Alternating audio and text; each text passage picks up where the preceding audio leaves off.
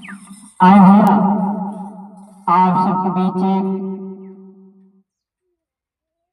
बहुजन समाज अपने समाज के गीत भेज रहा हूँ। उम्मीद है आप सबको जरूर पसंद आएगी। कि सभा बीच बोलेला जोगानिया बबुआ भीम जी के देनिया सभा बीच बोलेला जोगानिया बबुआ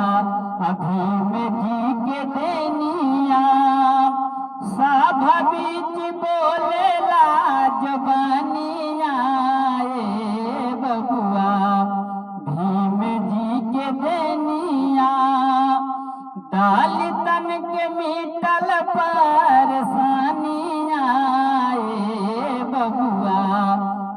साहब जी के देनिया पूछ पूर्वजन से अपने सहलन युकवन पतनिया पूछ पूर्वजन से अपने सहलन युकवन पतनिया कही के अछूत भगवले मिले न पियल के पनिया कही के अछूत भगवले मिले न पियल के पनिया पानी बिन जाले जिन गानिया बबुआ ब्राह्मणन के देनिया पानी बिन जाले जिन गानिया बबुआ ब्राह्मणन के देनिया लिहले जनमवा साहब बन के अवतारी अइले लिहले जनमवा भीमजी बन के अवतारी अइले सही के विपत्तिया साहब दलितन के कष्ट मिटैले सही के विपत्तिया भीमजी दलितन के कष्ट मिटैले दलितन के पिछड़न के हटल परेशानिया बबुआ भीम जी के देनिया दलितन के मिटल परेशानिया बबुआ भीम जी के देनिया। और आज हमारे बाबा साहब की देन है कि हमारे बीच उनके दो सपूत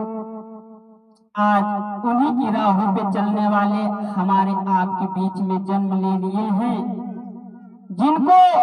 हम आप सब मिलकर सपोर्ट करेंगे। कैसे कि बन के मसीहा भैया चंद्रशेखर रावण अइले बन के मसीहा भैया चंद्रशेखर रावण अइले हमहन गरीबावन के सपना चिराग जी हमहन गरीबावन के सपना चिराग पुरई हैं आए है कह दलितन के आँखी के रोशनिया बबुआ भीम जी के देनिया दलितन के आँखी के रोशनिया बबुआ साहब जी के देनिया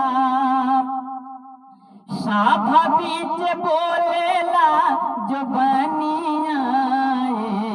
बबुआ भीम जी के देनिया संजय संजय बनवा डाले अपन बहुजन के जगाले संजय गनवा गईले अपन बहुजन के जगैले अशिक्षित हो के बदलाई कहानियाँ बबुआ